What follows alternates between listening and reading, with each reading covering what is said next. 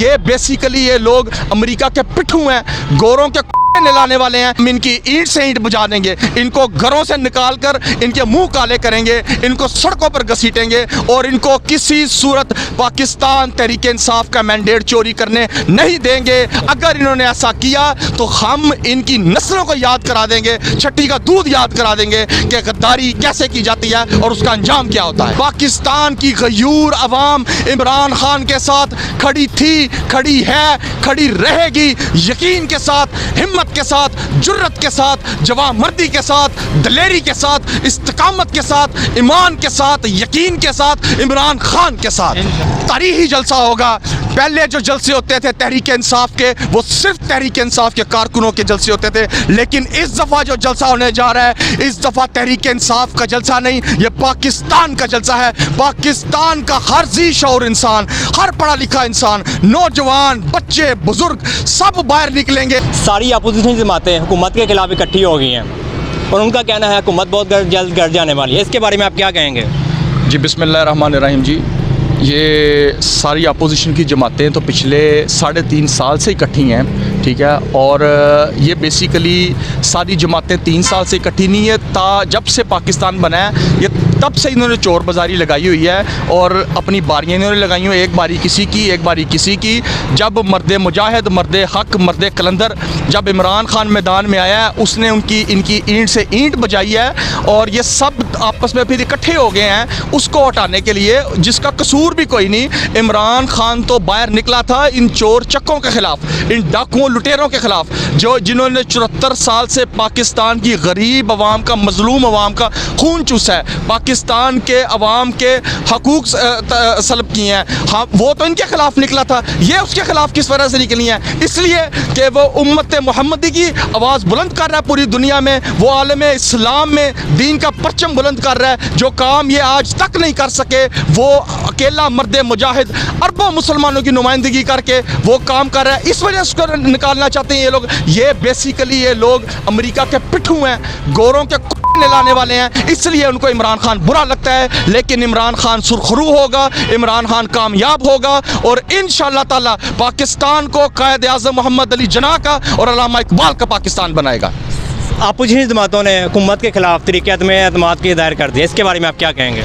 ان کی عدم اعتماد کی کوئی حیثیت نہیں ہے. ان کی عدم اعتماد 28 تاریخ کو آپ دیکھیں گے بالکل ناکام ہوگی. یہ جتنے چوہے ہیں یہ بلوں میں گھس جائیں گے, ان سب کو انشاءاللہ ٹھٹے پڑیں گے, ان کو جوتے پڑیں گے, ان کو ڈنڈے لگیں گے. اور 28 تاریخ کو یہ جو چور چکو ڈاکو لٹیروں کا جو گلدستہ اکٹھا ہوا ہے, ان کی بیسیکلی سیاسی روح حالت نظام ہے. اور 28 تاریخ کو پاکستان کی کروڑوں عوام ان کی سیاسی روح کو پرواز ہوتے دیکھے گی انشاءاللہ تعالی. بلاول بھٹو صاحب کہہ رہے تھے ہم OIC کا اجلاس نہیں ہونے دیں گے. آج 22 مارچ ہے, وہ اجلاس بھی ہو گیا ہے, اس کے بارے میں آپ کیا کہیں گے؟